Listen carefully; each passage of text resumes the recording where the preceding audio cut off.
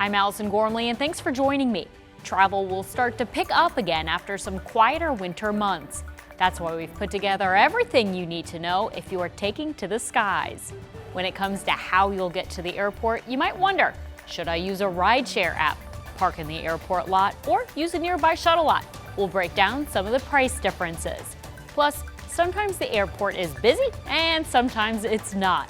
I'll tell you about Indy's peak travel times so you know when to expect some crowds. And if your flight experiences an interruption, you likely have options. We'll tell you a key resource to help you figure them all out. Here's what's the deal with your upcoming air travel. If you're traveling with family during a peak week or over a holiday, getting a good price is important. This is how you can save money on airfare. Peak time airfare often comes with a high price tag. Katie Nastro with Going.com said that's why it's important to put in the research. And you can save upwards of 20 to 30% sometimes on average. One way to do that, set price alerts with tools like Google Flights or Hopper.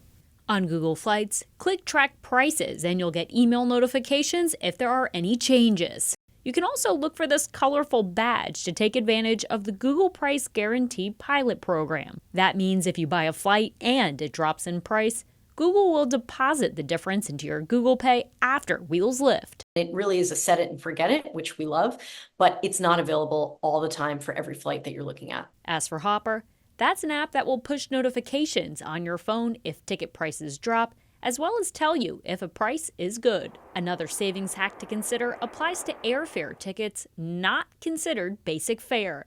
If the ticket price drops after you book it, ask the carrier to rebook you on the very same flight and to provide you with an airline credit for the price difference. While this feature is kept quiet, it's worth an ask, getting you to your destination with a little more money into your pocket. And getting to the airport can be yet another cost. Here are some of the price differences between parking at the airport lot, a rideshare, or a nearby lot.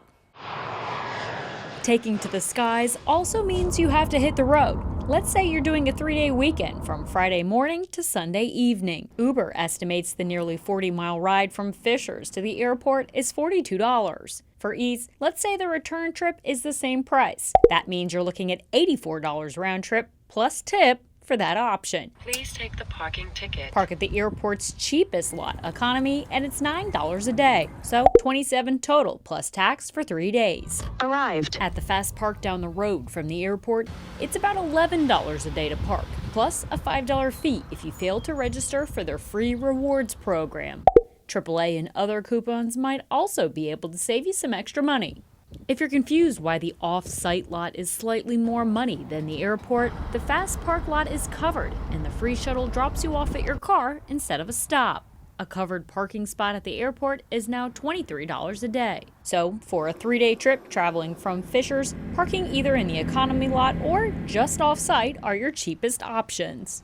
Now you can always beg a friend for a ride and pick up their coffee tab. Figure that's about $6 now. If you decide to park at the airport, here are some fast facts about the parking flow and peak times to make sure your trip is efficient.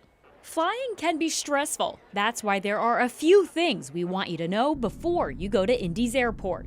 First, check for flight delays before you hit the road. If everything is on time, plan for a morning rush there anyway. The busiest time, no matter what day it is 5 in the morning to 7 in the morning. We have the most travelers flying out during that time. TSA's Aaron Batt says security opens at 3:30 in the morning.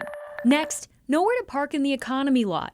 There are more open parking spots if you drive straight to the back near shelters 17, 18, and 19. That's because people tend to park where we enter the lot. Please enter following the guide. And where the bus starts its route at shelter 10. Bus pickups go in numerical order, ending at shelter 22. If you're running late during peak time, you might want to avoid the last stop because a full bus may pass you by. When it comes to the security line, it's typically small mistakes that slow it down. For example, no liquid, gels, or aerosols more than 3.4 ounces unless it's milk, baby food, or medication. If it moves, it's not a solid and probably needs to be in your checked luggage. And if you bring something you're not supposed to, it winds up here before heading off to a state surplus auction. In this bin, we have more pocket knives than you can really count, a big old wrench, and a bat from everyone who decided to visit Louisville. And sometimes security finds more serious stuff in a carry-on. Here at Indianapolis, we typically average around 60 firearms a year that are discovered at the security checkpoint. And that will very likely make you miss your flight. Last but not least, if you're hungry, double check the vendor's hours. Okay, so let's talk food options once you get to the airport. McDonald's is open 4 a.m. to 11 at night. Starbucks in the concourse 4 in the morning to 8 in the evening. Harry and Izzy's 6 a.m. to 9 p.m.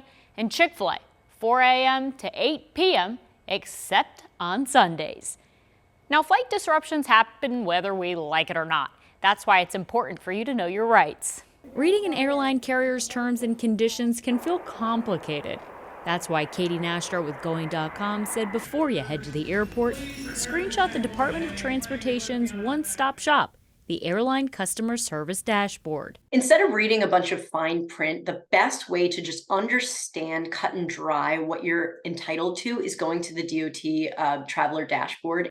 The dashboard shows off different topics. For example, complimentary ground transportation to and from a hotel for passengers affected by an overnight cancellation. All domestic carriers except Frontier offer this accommodation.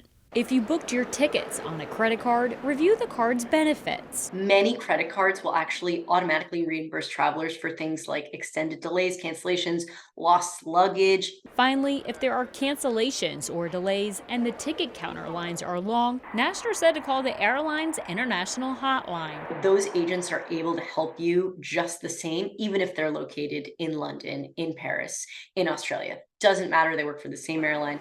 That way you are organized if things get messy. Finally, if you need a rental car, avoid leaving money on the table by using these price comparison strategies. Many of us are watching prices. Everything seems more expensive now. Which is why Christy Gladfelter shopped around for her rental car. It's about $40 I saved doing it through American Express. And your credit card is just one tool to save you money on a rental car. Let's compare the price of a minivan through rental over 4th of July weekend, picking it up and dropping it off at Orlando International Airport. Costco Travel at $236. On the higher end, the AAA website at $313 if you pay at the counter. And in between, the budget rent-a-car site at $303.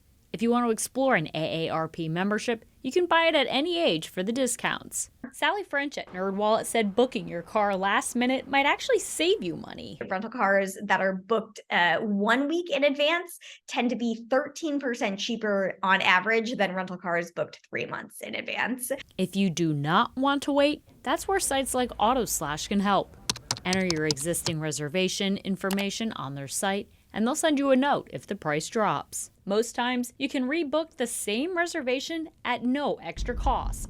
But rental car companies aren't the only game in town if you need to get around. The app Turo lets you rent cars from everyday people like Grant Thompson. I've never had an incident where somebody's damaged my vehicle. Thompson, who lives in Indy, bought and listed 4 cars on Turo as a side hustle. In 1 month, Thompson said he grossed a little over $3,600 on all 4 cars.